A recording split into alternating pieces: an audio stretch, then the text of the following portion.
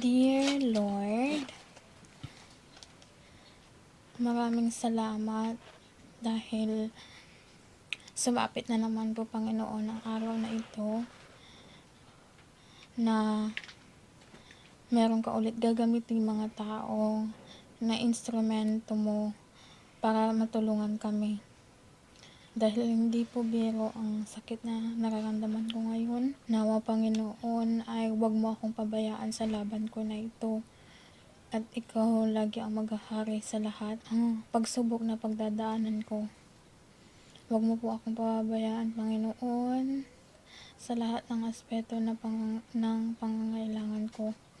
Dahil sa sakit ko po, huwag mo pong pababayaan ang pamilya ko at lahat ng tumutulong sa akin. I-bless mo din po sila, Lord, para magkaroon po sila ng linaw ng isip at malakas na pangangatawan upang makatulong pa sa mas maraming tao.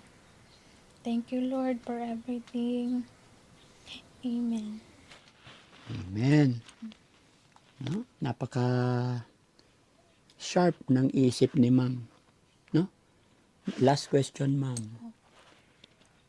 Sa lahat ng prayer mo, hindi naiiwan yung mother and father mo. Gaano mo sila kamahal? Mahal na mahal ko po sila. Dahil sila po ang nagdala sa akin dito sa mundo. Na kung wala sila ay wala po ang pamilya namin.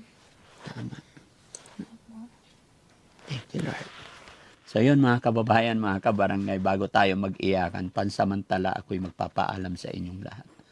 Muli po ako'y magpapasalamat sa inyo sa lahat ng nakasuporta sa Team Daddy Frankie. Luzon, Visayas, Mindanao, maraming salamat.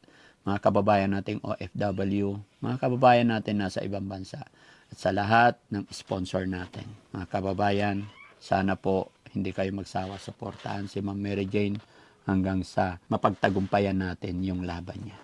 Mabuhay po tayong lahat and God bless.